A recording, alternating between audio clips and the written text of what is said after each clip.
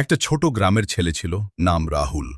তার বাবার ছিল একটা ছোট চায়ের দোকান, আর সংসারে টাকার সবসময় অভাব। রাহুলের স্বপ্ন ছিল বড় কিছু করার, কিন্তু সবাই তাকে বলতো, তুই কিছুই করতে পারবি না। স্কুল শেষে সে বাবার দোকানে কাজ করত, আর রাতে মোবাইলের আলোতে পড়াশোনা করত। অনেক সময় না খেয়েই ঘুমিয়ে পড়ত, তবুও স্বপ্ন ছাড়েনি। একদিন সে শহরে যায় চাকরির খোঁজে, কিন্তু একের পর এক ইন্টারভিউতে ফেল। টাকা শেষ, থাকার জায়গা নেই। রাস্তায় বসে সে ভেঙে পড়ে, কিন্তু ঠিক তখনই সে একটা কথা মনে করে, হার মানলে সব শেষ।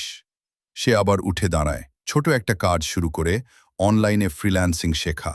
দিনে কাজ, রাতে শেখা। ধীরে ধীরে সে স্কিল বাড়ায়। কয়েক মাস পরে প্রথম ইনকাম মাত্র ৫০০ টাকা, কিন্তু সেখান থেকেই শুরু। আজ সে একজন সফল ফ্রিল্যান্সার, নিজের কোম্পানি আছে, আর সেই গ্রামের চায়ের দোকানটা এখন একটা বড় ক্যাফে। যারা একদিন বলেছিল তুই পারবি না, আজ তারাই বলে আমরা তোকে নিয়ে গর্বিত।